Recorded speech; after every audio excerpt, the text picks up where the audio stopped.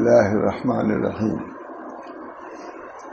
نحمده ونصلي على رسوله الكريم وعلى آله وأصحابه أجمعين برحمتك يا أرحم الراحمين. أعوذ بالله من الشيطان الرجيم. بسم الله الرحمن الرحيم. قد أفلح من تزكى وذكر اسم ربه فصلى بل تؤثرون الحياة الدنيا والآخرة خير وأبقى إن هذا لفي الصحف الأولى صحف إبراهيم وموسى. صدق الله. برا طریق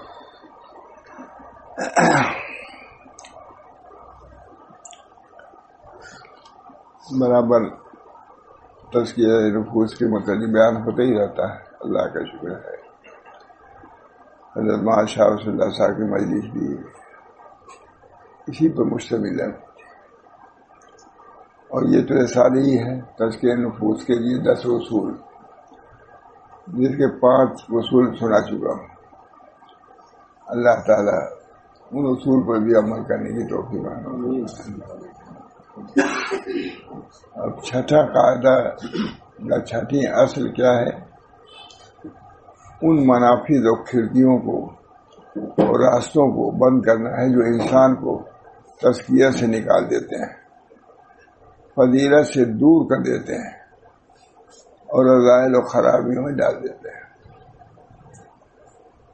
اللہ تعالیٰ ہم سب لوگوں کو ان تمام اصولوں پر عمل کرنے کی توفیق عطا فرمائے.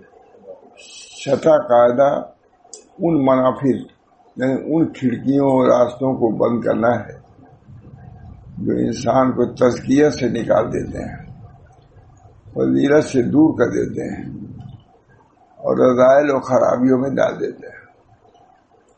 زیادہ کام تو مولانا ہے انہی چیزوں میں سرفراہ ہم لوگ کا. اب یہ حضرات انتہائی محبت سے، تعلق سے، دلی درد کی وجہ سے ایسی چیزیں بیان فرماتے رہتے ہیں، لکھتے بھی ہیں، بیان بھی کرتے ہیں. چنانچہ خود حضرت مہا شاہ رسول اللہ صاحب دن رات اسی میں بیان کرتے ہیں.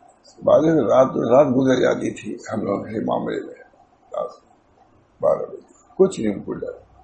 کام ہونا چاہیے چاہے رات گزر جائے چاہے دن.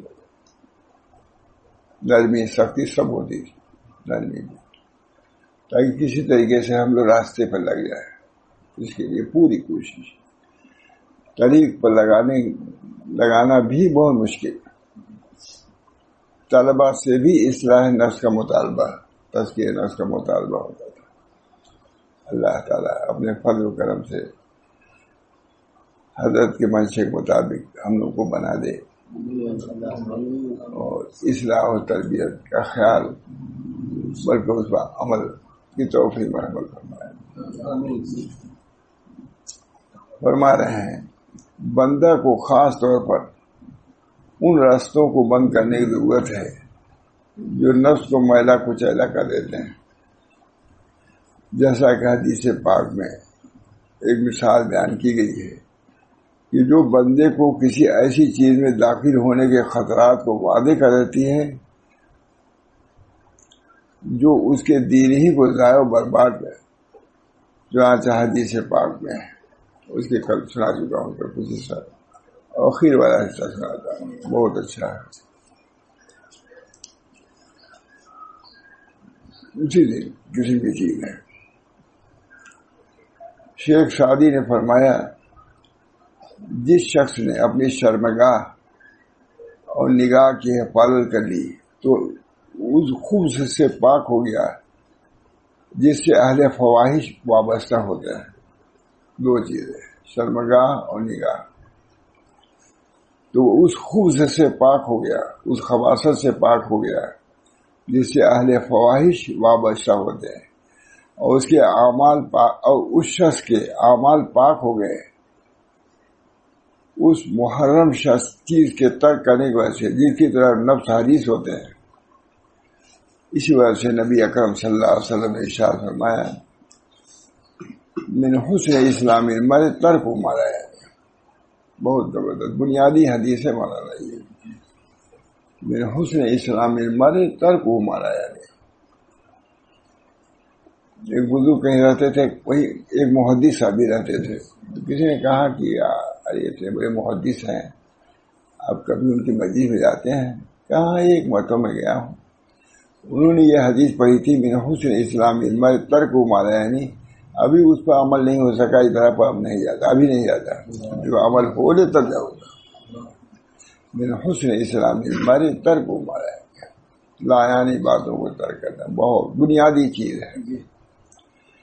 ابھی الیکشن آ جائے, بات لایانی باتوں میں جس بات تو جائز سمجھتے ہیں اس کو. ایک تو لایانی باتوں سے پرہیز نہ کرنا, ایک ہی اس کو خیر سمجھنا تو اور بری چیز ہے. اس کی برائی بھی دلوں سے ختم ہوتی جا رہی ہے. فضول گھنٹوں 2 گھنٹے فضول باتیں.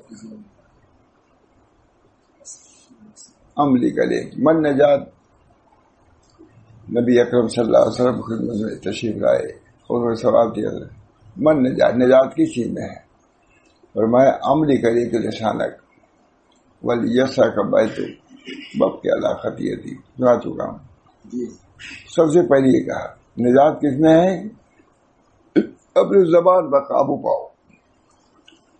گھر تمہارے لیے وسیع ہونا چاہیے. فضولیات ادھر ادھر اپنے وقت کو ضائع نہ کرو اور اپنے خطیہ پر رویا کرو.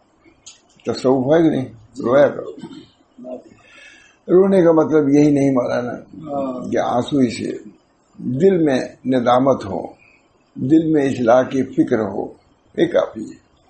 بہت اپنی کوتاہی کا استحضار ہو. اس کے لیے بہت زیادہ مجاہدے کی ضرورت ہے. یہ تو ذہن کو تھوڑا سا بدلنا ہے. طریق آسان ہے, مشکل نہیں ہے. وہ مجاہدات جو کرائے جاتے ہیں اسی چیز کو پیدا کرنے کے لیے کیے جاتے ہیں. اور جس کو ضرورت نہ ہو یوں ہی اس کی طبیعت میں الحمدللہ نے صلاحیت دی ہے یہ چیزوں کو بجا لاتا ہے, تو پھر کوئی ضرورت نہیں اس کو بجا لاتا. قال ابن قیم وہ اکثر المعاصی انما تولدها من فضول الکلام والنظر. اکثر معاصی کا صدور فضول کلام سے ہوتا ہے, بری نظر سے ہوتا ہے. وہما اوس و مداخل شیطان, شیطان کے مداخل سب سے وسیع یہی ہے, زبان و آنکھ. اس کی حفاظت.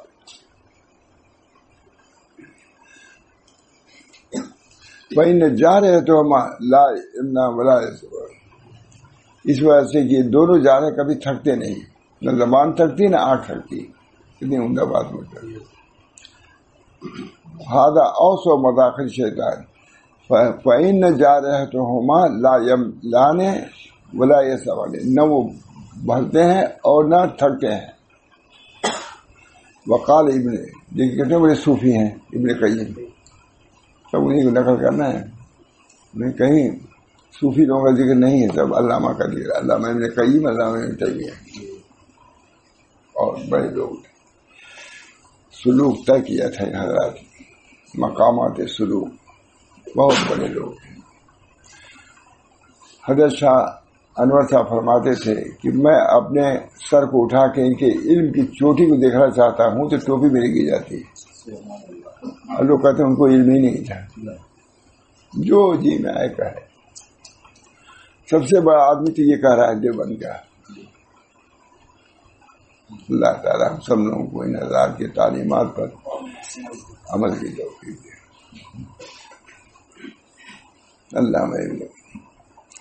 علامہ ابن قیم نے فرمایا کہ فضول اکثر معاصی فضول کلام اور فضول نظر سے وجود میں آتے ہیں, اور یہ دونوں شیطان کے لیے داخل ہونے کے سب سے کشادہ راستے ہیں, کیونکہ یہ دونوں جوارح نہ تھکتے ہیں اور نہ اکتاتے ہیں. ان دونوں کی حفاظت بہت ضروری ہے.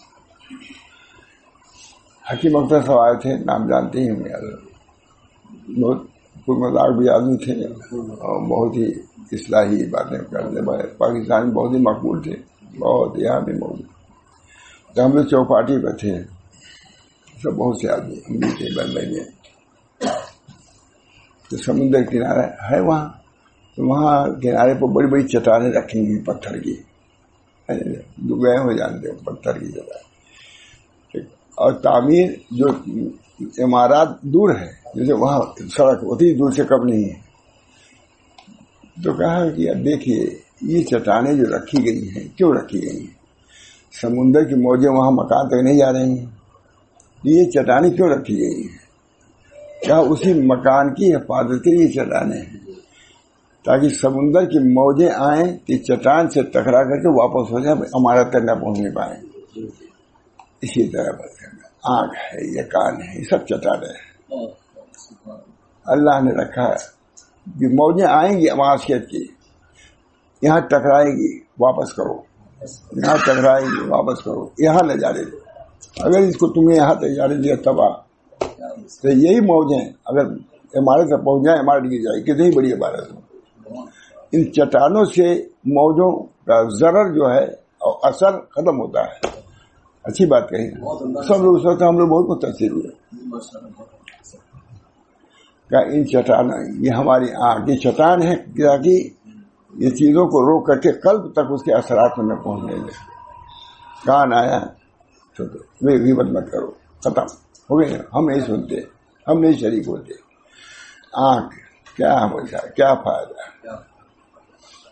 حدیث میں آتا ہے کہ جو شخص ایک مرتبہ نظر کرتا ہے اور دوسری مرتبہ نظر کو روک لیتا ہے تو اپنے قلب میں حلاوت محسوس کرتا ہے. حدیث ہے. اسے معلوم ہوا کہ اگر دوسری نظر ڈالا تو حلاوت کے بجائے کیا ہوگی؟ بدمزگی آ جائے گی. دل صحیح سالم نہیں رہے گا. دل نیس بیماری جو بیماری ہے دل کی حفاظت. بدگمانی تک سے منع کیا کہ نہیں؟ سوء ظن سے بچاؤ اپنے کو. سوء ظن کوئی عمل نہیں ہے، صرف ایک ذہنی چیز ہے. ابھی کسی چیز کا کوئی لے کے جا رہا ہے، پیپسی کی بوتل بہت مثال اچھی ہے، اور آپ سمجھ رہے ہیں کہ شراب لے کے جا رہا ہے. کیوں تم نے دل ملا رہا ہے؟ پیپسی کی بوتل ہے، اسے ایک سی ہوتی. ہوائی جہاز تو اس کا اندازہ ہوتا ہے مرچان، سب ایک ہی کسی کی بوتل رہتی.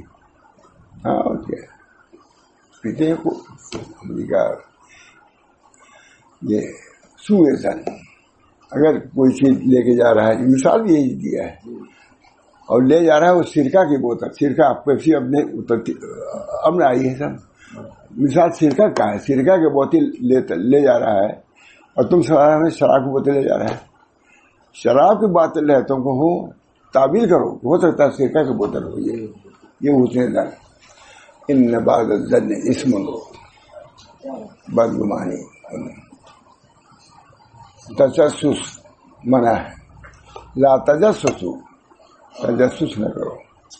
تجسس کرو گے بدگمانی آئے گی، بدگمانی آئے گی تو غیبت آئے گی. امام غزالی مست ہو گئے اس پر، جو تشریح کیا اللہ تعالیٰ نے. پہلے یہ ہوتا ہے، پہلے یہ ہوتا ہے تجسس سوء ظن، یا پہلے سوء ظن پھر اس کے بعد سوء ظن، پہلے بدگمانی ہوئی. اب دیکھ کیا ہے یہ، اب تجسس ہو گیا. پہلے آپ کے دل میں بدگمانی آئی، کیوں ہوئی؟ تجسس ہوا یہ ہے کیا ہے، اور پھر اس کے بعد تھوڑا سا اندازہ لگا دوا شروع ہوا. بچاؤ. ہمارے حضرت بس ورد کرتے ہیں. اب یہ چیزیں بیان کرنے کی ضرورت ہے کہ نہیں؟ سورہ حجرات میں ہے، ہم پورے بیان نہیں کر پا رہے ہیں، ابھی اتنے وقت میں بیان نہیں، ابھی نکال کے کرا دیتا. بس کہتے خدا کا کلام ہے یہ تجسس. اس کے بعد سوء ظن پہلے ہوتا ہے بدگمانی، تو بعد تجسس ہوتا ہے کیا ہے، اور تجسس کے بعد نامعلوم یا ناقص العلوم کے بعد غیبت شروع کر دیتا ہے. لا یکتب بعضکم بعضا. اس وجہ سے سوء ظن سے بھی بچو. اس کا مرحلہ کیا ہے؟ سوء ظن کہہ دیا، غیبت تو بات تک پہنچنا ہے. پہلے اول درجے میں تجسس سے بچو، سوء ظن برے گمان سے بچو، اور اس کے بعد سوء ظن بنا برا. جب میں گیا تھا پونا، بہت آدمی تھے، بہت علماء بھی تھے. میں نے کہا دیکھیے اتنے لوگ آئے ہیں میری وجہ سے، یہ حسن ظن کی بنا پائے ہیں. سوء ظن ممنوع ہے لیکن حسن ظن ممنوع نہیں ہے، محمود ہے. آپ لوگ حسن ظن کی بنا پر آئے ہیں تو میں اپنے لیے اس کو سعادت سمجھتا ہوں. سوء ظن بھی تو ہو سکتا تھا. حسن ظن یہ محمود ہے. سوء ظن ہی غیبت تک پہنچاتا ہے اور حسن ظن عقیدت تک پہنچاتا ہے. یہ میں کہہ رہا ہوں ہے کہ نہیں؟ ٹھیک کہہ رہا ہوں. وہ غیبت تک پہنچاتا ہے اور یہ عقیدت تک پہنچاتا ہے. حسن ظن پہلے ہی تم دیکھ کر ایک صاحب گئے, بہت واقعات بیان کرتے تھے. تو وہاں میدانہ ٹھاٹ تھا. انہوں نے کہا کہ نمردست آگے دنیا دوست دارت, نمردست آگے دنیا دوست دارت.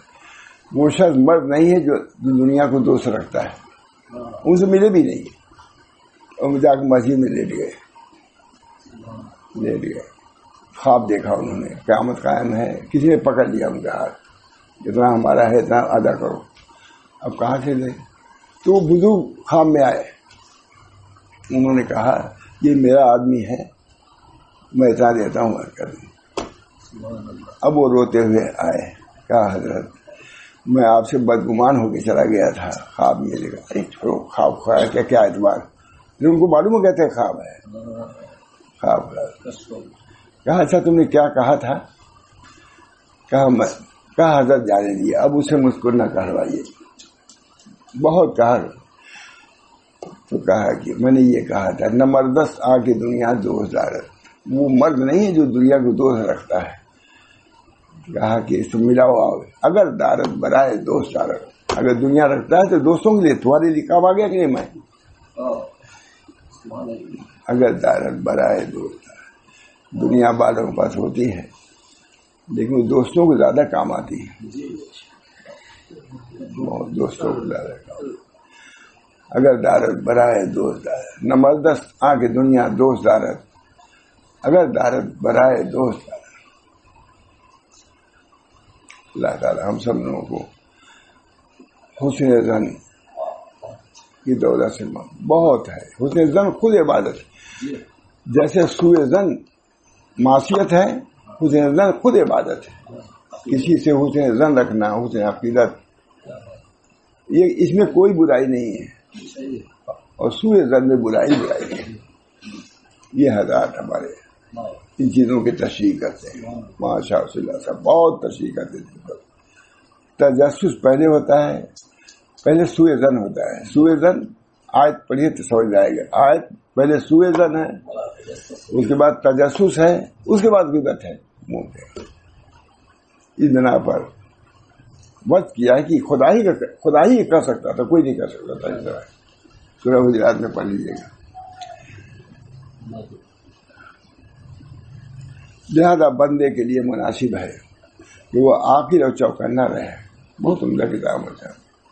لہذا بنیے, یہ ہماری آخری کتاب سمجھیے دستور السالکین. لوگ بہت منتظر تھے کہ دستور السالکین لقرب رب العالمین نام اچھا ہے. مطلب بہت علماء نے تو پڑھ جاتے ہیں. جب ہم کہتے ہیں یہ کتاب لکھ رہے ہیں تو دستور السالکین لقرب رب العالمین. اللہ تعالیٰ ہم سب لوگوں کو اس کتاب سے نفع عطا فرمائے. لہذا بندے کے لیے مناسب ہے کہ وہ عاقل اور چوکنا رہے. یہاں بیوقوف بننے سے برا ہوگا. بھائی دنیا میں بیوقوف 1,00,000 2 لاکھ روپیہ خرچ ہوگا. یہاں اگر بیوقوف بنے, راستے کو چھوڑا, تو خسر دنیا والآخرہ. اور اللہ عز و جل سے, اللہ عز و جل سے صبر اور نجات کا سوال کرے. کیسی چیزیں آئیں تو اللہ ہم کو صبر عطا فرمائے. زبان کی بھی حفاظت رہے, آنکھ کی بھی حفاظت رہے, دل دماغ کی حفاظت رہے. بڑی حفاظت کی ضرورت ہے اس قلب کی. یہ قلب اللہ کی امانت ہے ہمارے پاس. الا ان للہ فی ارضہ اوانی وہی القلوب واحب الاوانی اسلمها احب القلب. نبی اکرم صلی اللہ علیہ وسلم نے ارشاد فرمایا الا ان للہ، آگاہ ہو جاؤ، اللہ کے لیے کچھ برتن ہیں، اور برتن کون ہیں؟ قلوب، لوگوں کے قلوب، اس کی اتنی کتنی حفاظت کی ضرورت ہے۔ اللہ تعالیٰ ہم سب لوگوں کی ضرورت ایسے قلب عطا فرمائے جس کو اللہ نے اپنا برتن کہا ہے۔ تو برتن کے پاس میں کہتا ہوں، ہوٹل کے لوگ بہت آتے ہیں، گجرات میں تو بہت ہوٹل کا کام ہے، میں نے کہا اپنے ہوٹل کو برتنوں کو صاف رکھنے بہت اہتمام کرتے ہوں گے، یہ بھی برتن اللہ کا، اس کے اہتمام کے نہیں ہو رہی صفائی ہے۔ پیاری ہوٹل میں نہیں پیتا، یہاں صاف ستھرا ہوٹل نہیں ہے، ہوتا ہے نہیں، اس کا میز صحیح نہیں ہے، اس کا ہی نہیں بھاگ جاتے ہیں۔ یہ اللہ تعالیٰ نے بھی دیا، میں نے کہا بہت موقع ملتا ہے کہ ہوٹل برتن کی صفائی کتنا اہتمام ہم لوگ کرتے ہیں۔ تو اللہ کا برتن یہ ہے قلب۔ اللہ ان للہ فی هذه اوانی وہی القلوب احب القلوب اصفاها واصلبها وارقها، بہترین قلب وہ ہے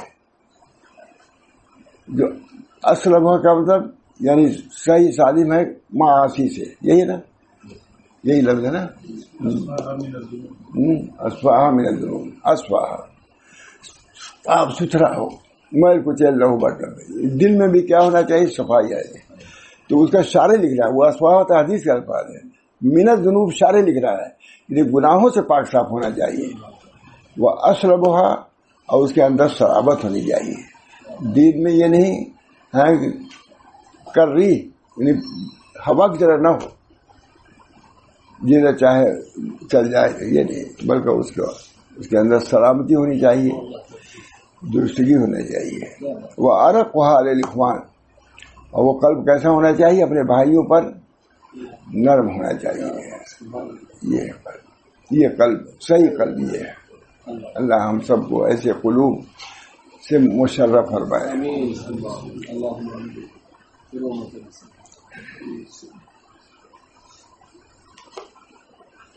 لہذا بندے کے لیے مناسب ہے کہ وہ عاقل اور چوکنا رہے، اور اللہ عز و جل سے صبر و نجات کا سوال کرے، اور ان تمام طریقوں کو ختم کر دینے کا سوال کرے جو نفس کو ضیاء اور فجور تک پہنچاتے ہیں۔ اللہ سے سوال کرے، یہ اللہ ہمارے قلب کی حفاظت فرمائے۔ پر بندے کا دین اس کی اصل پونجی ہے، بہت مجھے لکھ رہے ہیں، پر بندے کا دین اس کی اصل پونجی دنیا کی یہی ہے مولانا، یہی چیز جائے گی۔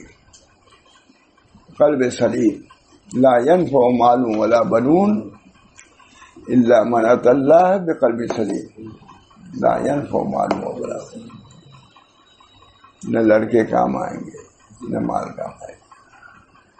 لا ينفع مال ولا الا من اتى الله بقلب سلیم، جو قلب سلیم لے کر کے آئے۔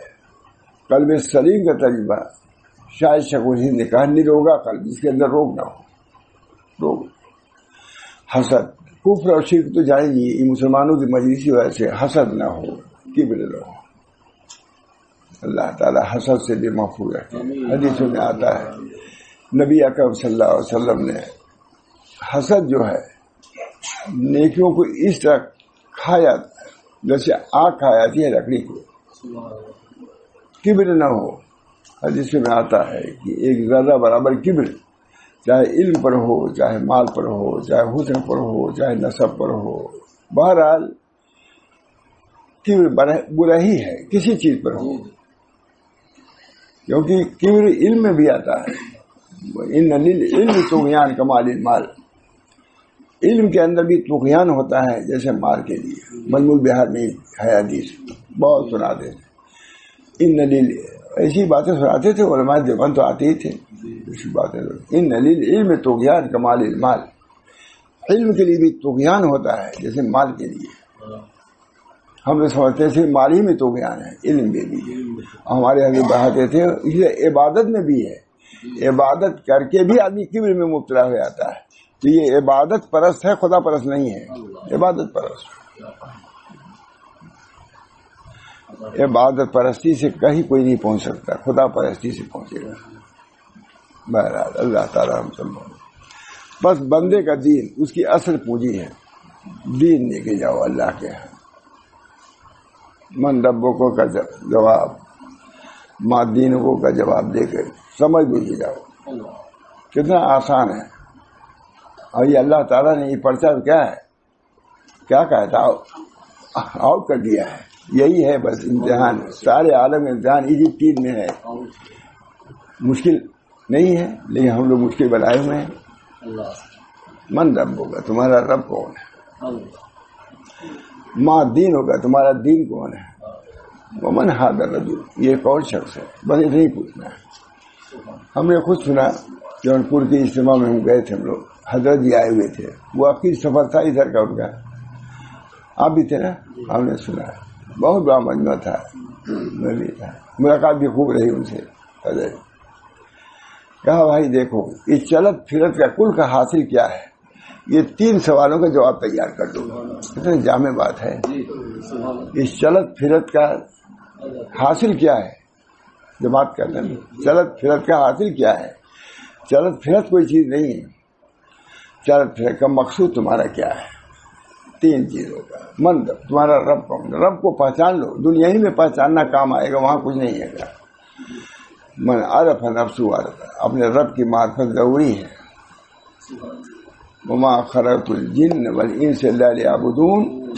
بہت سے حضرات نے اس کی تفسیر کیا لیعرفون،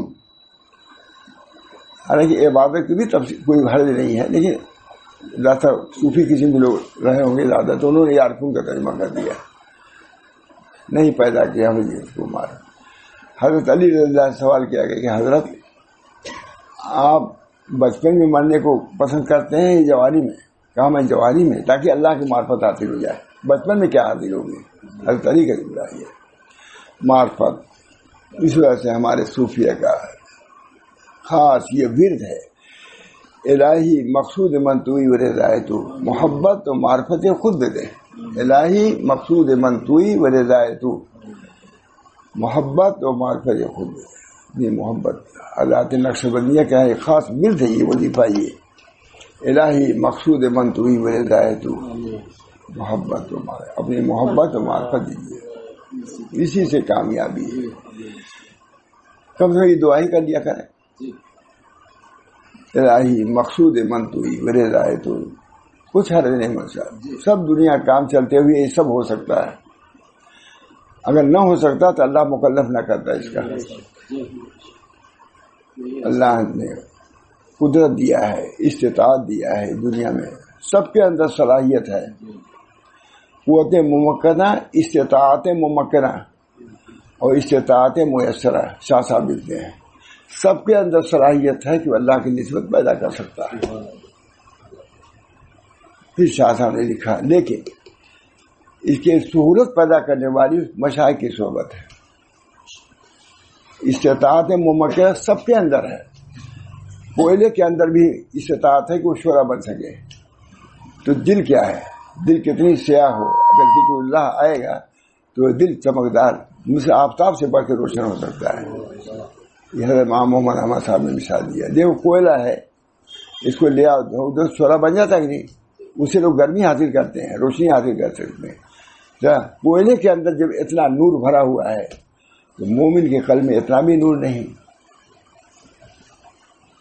اس کو ذرا سا حرکت دو.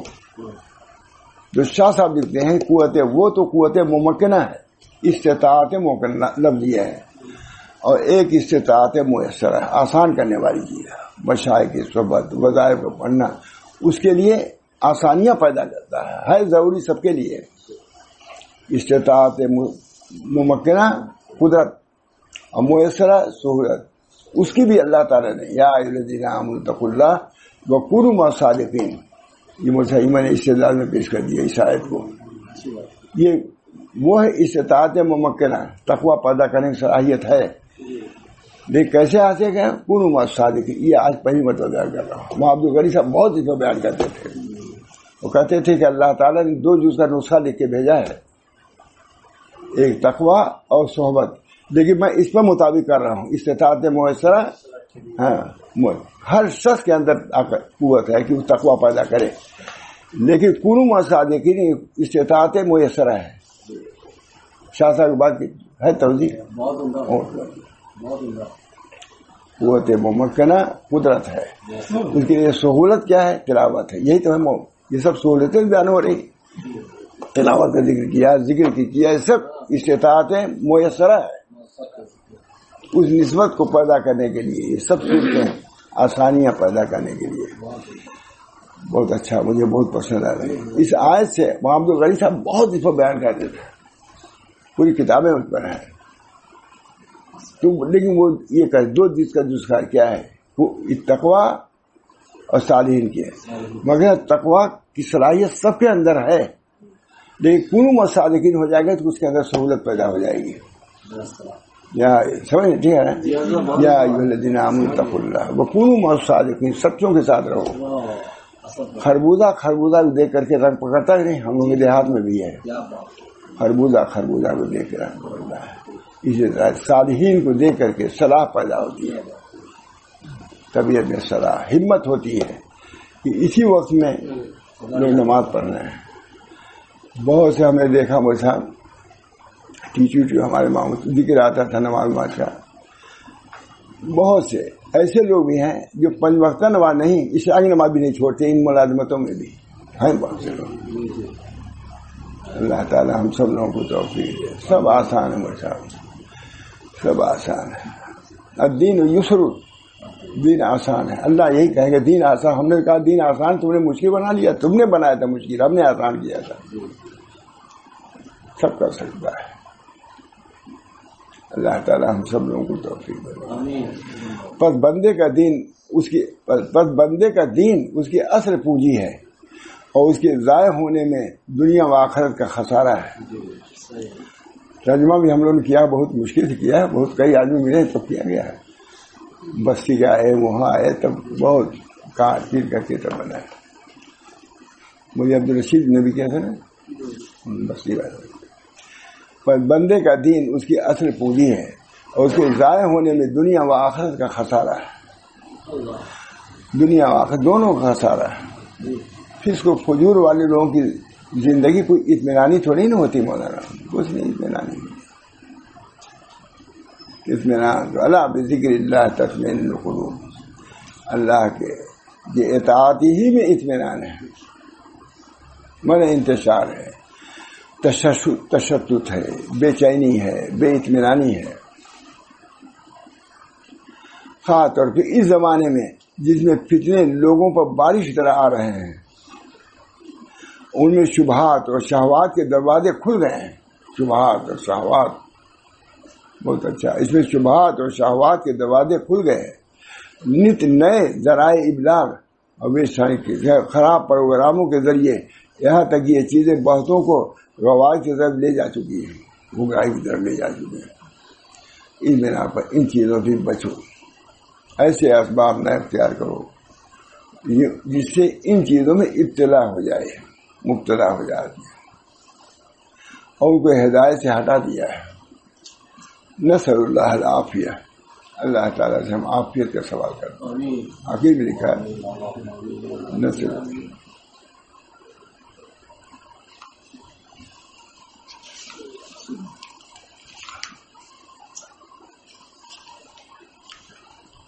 ہر وقت تو 10 منٹ سنا دیر ہو گئی.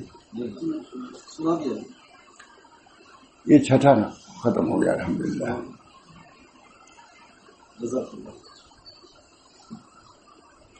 ساتواں قاعدہ موت اور اللہ عز و جل سے ملاقات کو یاد کرنا. یا الذین آمنوا اتقوا اللہ ولتنظر نفس ما قدمت لغد. اے ایمان والو، اللہ سے ڈرتے رہو اور ہر شخص دیکھ بھال لے کل کے واسطے اس نے کیا بھیجا ہے. بیان قرآن حضرت تھانی میں بھیجا. اکثر ذکر حاضم لذات، لذات کو توڑ دینے والی چیزوں کو کثرت سے یاد کرو. وہ ہے موت. موت ہی اس دنیا اور دار قرار کے درمیان فیصلہ کرنے والی ہے. دنیا و آخرت میں فاصل کون ہے؟ موت آئی وہاں پہنچ جاؤ گے. عمل کے وقت اور عمل پر جزا کے درمیان حد فاصل ہے، وہی فارق ہے. توشہ پہلے بھیجنے اور توشے کا بدلہ ملنے کے درمیان، کیونکہ موت کے بعد گناہوں سے توبہ اور استغفار کی کوئی گنجائش نہیں، اور نہ موت کے بعد حسنات کی کثرت کی کوئی گنجائش نہیں، جیسا کہ اللہ تعالیٰ نے ارشاد فرمایا ہے. اور ایسے لوگوں کی توبہ نہیں جو گناہ کرتے رہتے ہیں، یہاں تک کہ جب ان میں سے کسی کے سامنے موت آ کھڑی ہوتی تو کہنے لگا اب میں توبہ کرتا ہوں، کوئی ایک بات نہیں، بیان قرآن۔ پھر موت ہر ایک کو یقینی طور پر پکڑنے والی ہے، کوئی چھوڑ نہیں سکتا، اور بلا ریب سب کو آنے والی ہے۔ اللہ عز و جل نے فرمایا قل ان الموت الذی تفرون منہ فانہ ملاقیکم، اے نبی صلی اللہ علیہ وسلم آپ کہہ دیجئے یقیناً جس موت سے تم فرار اختیار کرتے ہو وہ تم کو آ دبوچے گی۔ اسی لیے اللہ تعالیٰ ارشاد فرمایا اینما تکونوا یدرککم الموت، تم جہاں کہیں بھی ہو موت تم کو آگ پکڑے گی۔ بہت سے لوگ ہیں جو گھر سے گاڑی چلاتے ہوئے نکلتے ہیں اور کفن میں لپٹے ہوئے گھر لوٹتے ہیں، بہت سے لوگ ہیں گھر سے گاڑی چلاتے ہوئے نکلتے ہیں، بہت ہوتا ہے، اور کفن میں لپٹے ہوئے لوٹتے ہیں۔ بہت سے گھر والوں سے اپنے لیے کھانا تیار کرنے کو کہتے ہیں اور بغیر کھائے ہوئے مر جاتے ہیں۔ کھانا تیار ایسا لکھا ہے، ہم نے پڑھا نہیں چاہتے، لکھا تو ہے پڑھا نہیں تھا۔ بہت سے لوگ ہیں جو گھر سے گاڑی چلاتے ہوئے نکلتے ہیں اور کفن میں لپٹے ہوئے لوٹتے ہیں۔ بہت سے گھر والوں سے اپنے لیے کھانا تیار کرنے کو کہتے ہیں اور بغیر کھائے ہوئے مر جاتے ہیں۔ اور بہت سے لباس پہنتے ہیں، کپڑوں کے بٹن بند کرتے ہیں، پھر کپڑوں کے بٹن وصول دینے والا ہی کھولتا ہے، خود بند کیا نبی کو کھولنے والا کفن دینا۔ بس بندے کے موت کو یاد کرنے میں بہت فائدہ ہے، نقصان نہیں ہے۔ بس بندے کا موت کو یاد کرنے میں بہت فائدہ کا ہونا چاہیے۔ موت کو یاد کرتے رہنے سے غافل دل بیدار ہو جاتا ہے، اس سے مردار دلوں کو زندگی نصیب ہوتی ہے۔ بندہ اللہ عز و جل کی طرف بہت ہی خوبی متوجہ ہوتا ہے اور اللہ عز و جل کے حالت سے اعراض و غفلت ظاہر ہو جاتی ہے۔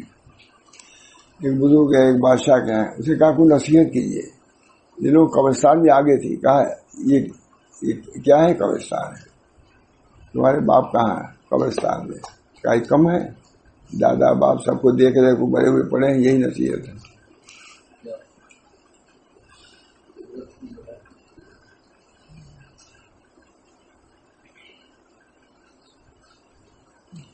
حضرت سعید بن جبیر نے فرمایا کہ اگر موت کی یاد میرے دل سے جدا ہو جائے تو مجھے اندیشہ ہوگا کہ میرا دل فاسد ہو گیا ہے۔ بندہ برابر خیر پر باقی رہے گا جب تک وہ مرنے کے بعد قیامت کے دن اللہ عز و جل کے سامنے اپنے کھڑے ہونے اور مرنے کے بعد اس کے پاس جانے کا استعداد رکھے گا، خیر سے رہے گا۔ حضرت سفیان نے فرمایا کہ حضرت ابراہیم نخعی فرماتے ہیں کہ میں نے اپنے نفس کے سامنے جنت پیش کی کہ وہاں کے پھلوں کو کھا رہا ہوں، اس کی نہروں سے سیراب ہو رہا ہوں، وہاں کی حوروں سے معانقہ کر رہا ہوں۔ پھر میں نے اپنے نفس کو جہنم پر پیش کیا کہ وہاں کے زقوم کھا رہا ہوں اور اس کے سڑے ہوئے لہو اور پیپ کو پی رہا ہوں اور اس کے زنجیروں اور توق میں جکڑا ہوا ہوں۔ پھر میں نے اپنے نفس سے خطاب کرتے ہوئے کہا کہ اے نفس، کون سی چیز تو چاہتا ہے؟ جنت بھی سامنے ہے، دوزخ۔ حفت الجنت بالمکارہ وحفت النار بالشہوات، بہت مشہور حدیث ہے۔ جنت کو اللہ نے گھیر دیا مکارے سے، یعنی کوئی دشوار چیزوں سے، اور دوزخ کو گھیر دیا شہوات سے۔ میں دنیا میں نیک اعمال کرنے کے لیے واپس جاؤں۔ ابراہیم نخعی نے فرمایا میں نے اسے کہا تو آرزو میں ہے عمل کر لے، اور تو نفس سے یہ بھی کہا کہ اے نفس، اگر میں مر گیا تو موت کے بعد میری طرف سے کون نماز پڑھے گا اور میری طرف سے کون روزہ رکھے گا اور کون ہے جو میری زیادتیوں اور گناہوں سے توبہ کرے گا؟ اس وجہ سے جو کچھ کرنا ہے ابھی کر لو، تم کو کرنا ہے، تمہارے باپ تمہارے لڑکے بھی نہیں پوچھیں گے۔ قضا نمازیں وغیرہ رہ جاتی ہیں مجھے بہت سے لوگوں کی، عورتوں کی، ماؤں کی۔ معلوم ہوتا ہے کہ 6 نماز کی اتنا فدیہ ہے نہیں، کچھ دے دیتے نہیں دیتے، سب کچھ ماں باپ کا ہے لیکن فدیہ بھی قضا کی نہیں دیتے. کون پوچھنے والا ہے؟ جو کچھ کرنا ہو خود کرو، اپنے ہی کیا کام آتا ہے. ماں گنگوہی کہتے ہیں اپنے ہی کیا کام آتا ہے. اللہ تعالی ہم سب لوگوں کو آخرت کی فکر پیدا فرما دے، آخرت کی درستگی کی فکر پیدا فرما دے. فکر اگر ہو گئی انشاءاللہ کامیابی. اللہ تعالی ہم سب کو